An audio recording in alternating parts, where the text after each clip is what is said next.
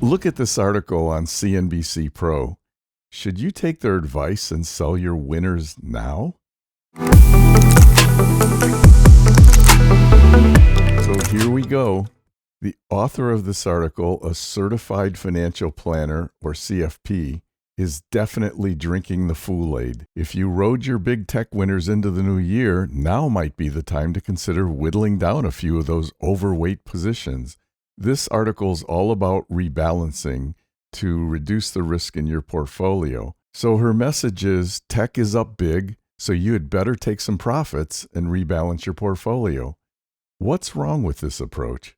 Well, several things. If your big tech winners are in a taxable account, you'll pay a hefty price for rebalancing unless you have some losses to offset your gains. And as I've mentioned and demonstrated in my previous video, why most money managers and retail investors will never beat the S&P 500, rebalancing too often is a fool's errand.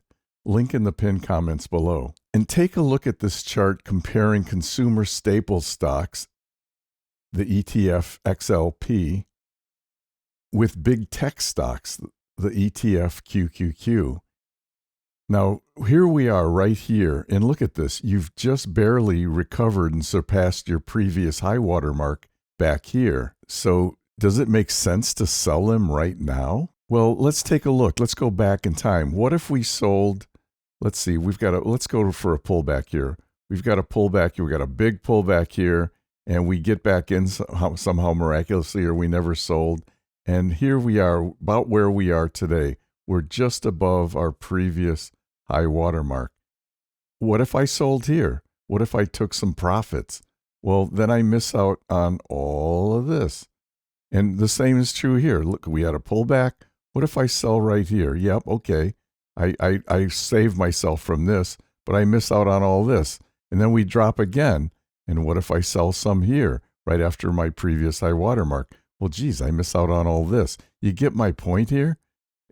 Timing the markets is really, really tough to impossible. And finally, in this current environment where we just came out of 1.5 years of the Fed raising interest rates in an insane way, it started back here in January of 2022 or December of 2021, and it sort of finally peaked out right back here, I think in July of 2023. So during this time, high growth and big tech stocks really got hammered. You can see that. You can see where interest rates started to go up here and the NASDAQ 100 started to fall. Why? Because value investors put the risk-free rate, this interest rate that you see here, into the denominator of their valuation for these companies. So as this goes up, the valuation comes down, and boy, do these guys sell. And you can see that interest rates have not yet started to come down at the short end. So high growth and big tech stocks have way more room to run higher as interest rates come down and make these companies more attractive to those who value. Look, it's better to let your winners run until they're at least 25% above your target allocation, or definitely no more than once per year, if that. But more importantly, when your riskier stocks are down big, dollar cost average from your safer stocks and treasury holdings into your depressed risky equities as they keep falling. You'll be very happy you did when these higher risk stocks come rocketing higher after the bottom, as you can see here and here and here. So you can see when these things finally bottom out, they really come shooting higher. They even did it here to some degree, not quite as drastically as they did here back in the pandemic. To learn how to allocate an ideal portfolio using treasuries, consumer staple stocks, and high growth stocks, watch my 2 videos that I'll discuss at the end of this video, and you'll find those videos at the links in the pinned comments below. With all that as a preface, let's take a look at what the metrics are telling us now.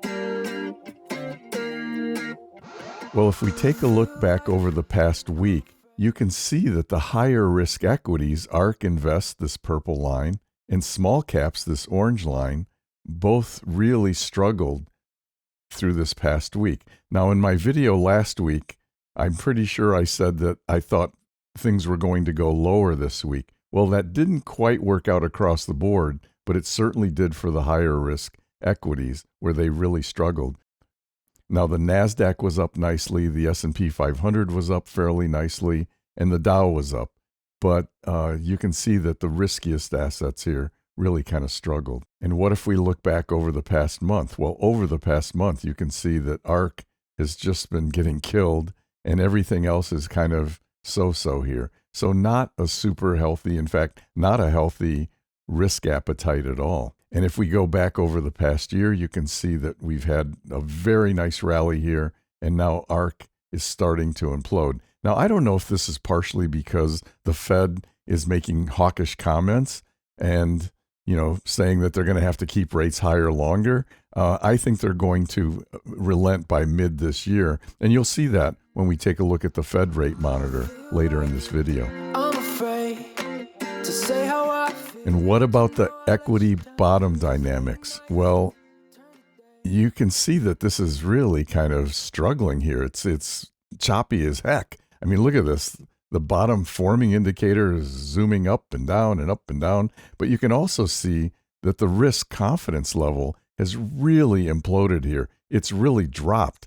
So the fact that this bottom confirmation signal is moving higher and the prices are moving higher, I don't have a lot of confidence in this. Now, I'm going to do it again. Based on these indicators, I'm going to forecast that next week we're probably likely going to go sideways to lower. And is that thesis supported by risk versus opportunity? Well, if we look at risk versus opportunity, this risk acceleration is increasing. Now, it's not at a level where I would be concerned yet. I really start to get concerned when this gets up here, above 50, certainly above 60.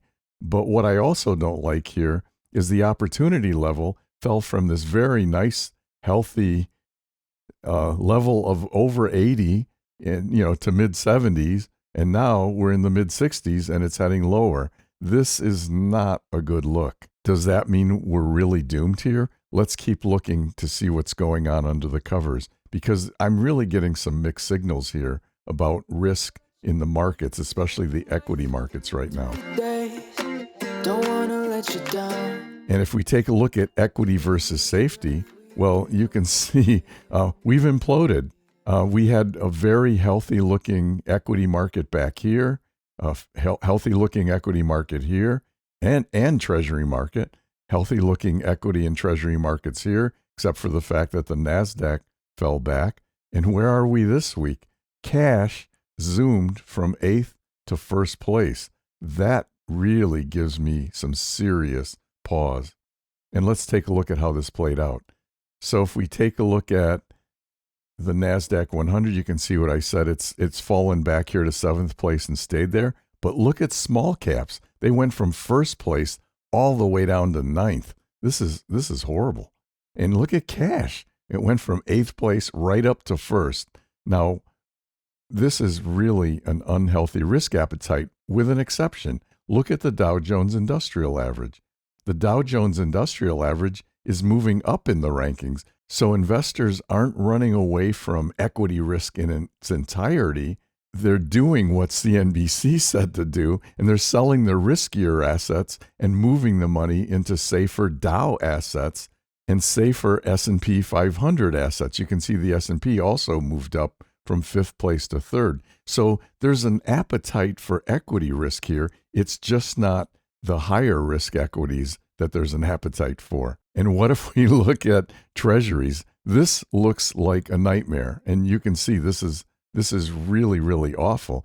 We had a very healthy Treasury market back here, and even here to some degree. And then it just imploded. And now the highest risk, longest duration Treasuries are right down here in dead last in 10th place. 20-year Treasuries are down here in 8th place. And you can see that the safer, shorter duration Treasuries and cash are all moving up. This looks really unhealthy for the Treasury market. And for equities, how does this show up in the buying and selling pressure? Well, you can see what I was talking about. Dow Jones Industrial Average, it didn't move up a lot here. There's a slight upward tilt, but you can see that the buying pressure is well above the selling pressure, even though it kind of fell back here on Friday. What about the S&P 500? Similar picture, price moving higher and the buying pressure moving up. This looks pretty good. What about the NASDAQ 100? I'm kind of surprised at this one, but you can see the price moved up very nicely in the last week or so, and the buying pressure really is shooting higher here. I hope this bodes well for riskier equities next week, even though I said already, based on the bottom dynamics, it looks like we could be going lower. And then what about ARK Invest? Well, ARK Invest, the riskiest assets, have really fallen back here, and you can see the selling pressure, this orange line, is well above the buying pressure and moving higher. What about small caps?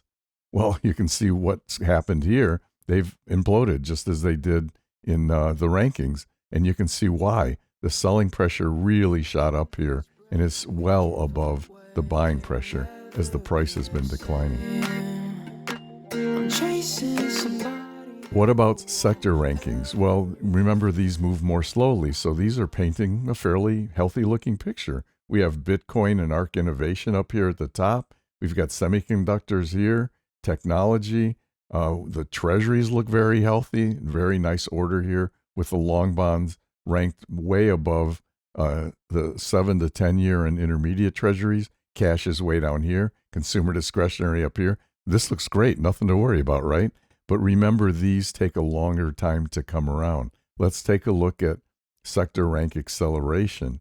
Now, if we look at sector rank acceleration, I'm actually a little bit surprised here. I'm not surprised that cash has moved from down here up to up here. We saw that in some of the other metrics. But what I am surprised about is that 20-year Treasuries are still up here and not moving lower, and that consumer discretionary is doing better than consumer staples. Now, if you look at it, though, innovation and Bitcoin have really pulled back here. Bitcoin, a lot of wise investors said, sell Bitcoin on the news that the ETFs got approved, and that's in fact what happened. You'll see that later when we look at Bitcoin. Where's the NASDAQ 100? Oh my God, semiconductors are way down here. NASDAQ 100 and technology way down here. So this is really starting to show the fractures that we were talking about earlier in the appetite for higher risk equities. And what about Treasuries? Well, you can see we had kind of a bifurcated market here. The shorter duration Treasuries here, these three, you can see finished the week nicely up.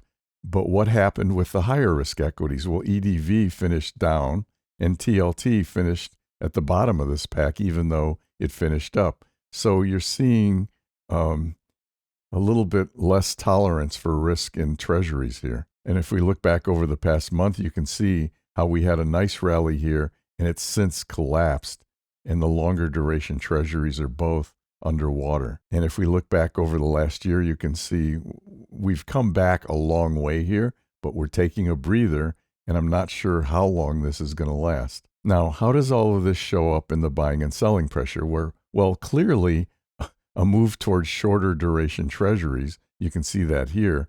Nice price movement upward and the buying pressure moving higher, although it has been on a decline for almost the last 2 months, month and a half, call it. What about intermediate Treasuries? Well, intermediate Treasuries, it's a little hard to see, but the buying pressure is just above the selling pressure. So this gray line's just above the orange line, and it is pointing higher as the price is moving higher. 7 to 10 years, you can see we had a pullback, price moving up recently, and the buying pressure looks like it's moving higher. And then for long bonds, you can see that the price is moving down. It didn't move up near the end of the week like these other ones. And although you can see that the buying pressure is starting to increase here. So hopefully we've seen the worst of it, but we're just going to have to wait and see until it shows itself a little more. And how does all of this show up in the yield curve? Well, if we take a look at the yield curve, it's really come a long way. It was inverted more than 50 basis points just a few weeks ago. Now we're only 20 basis points inverted.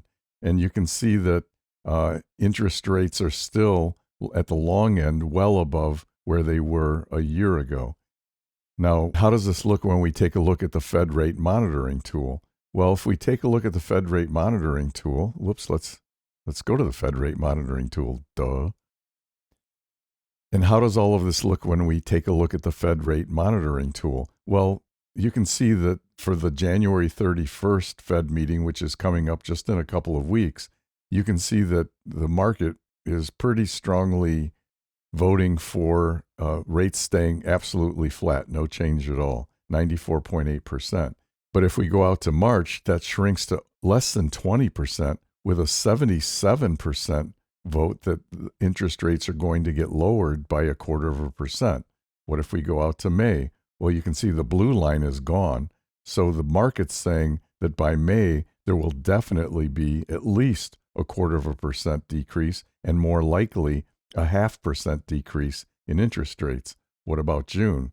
It gets even more juicy, and so on. So the markets really are baking in interest rate cuts going into the summer and through the summer of this year. I feel like I'm afraid.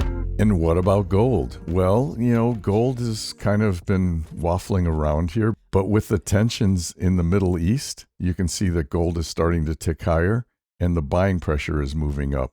Now, I don't know where this is going to go. Like I said, I'm not an investor in gold. I don't try to trade it. It does add some non-correlated value to your portfolio. You want to put a small portion of it in there, but I'm just not a fan.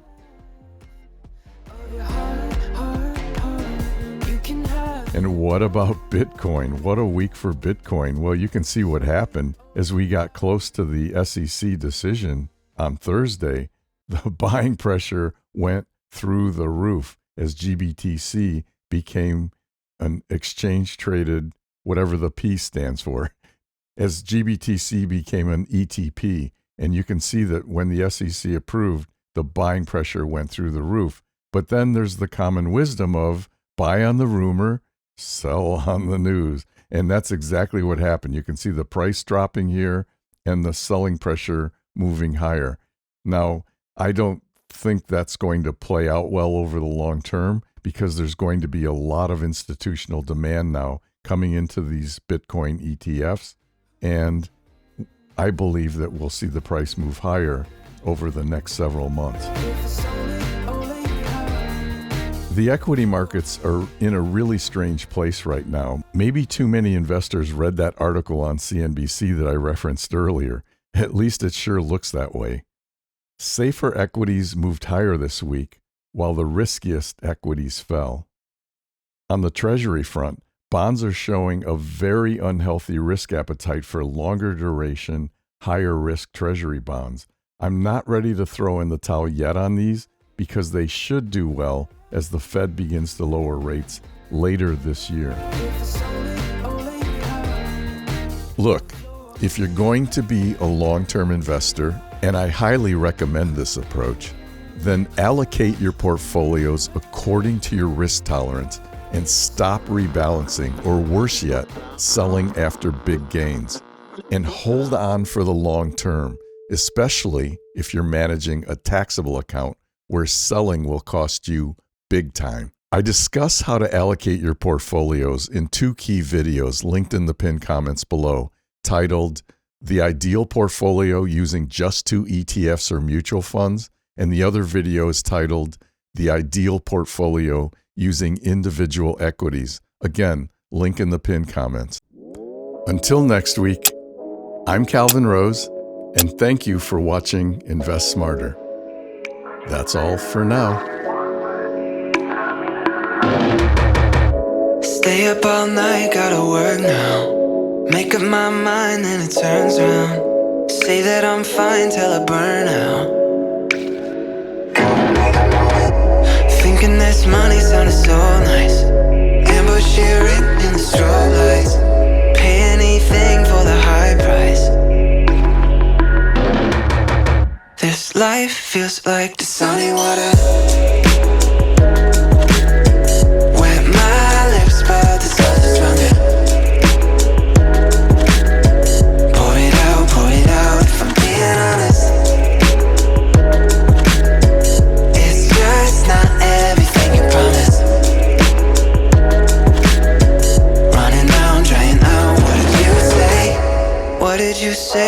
told you maybe this wrist wasn't gold-proof. Packing my bags like it's all true. Hard to make friends when I'm focused on all these bars that I'm holding. I like the cold, but it's lonely, yeah. This life feels like the sunny water.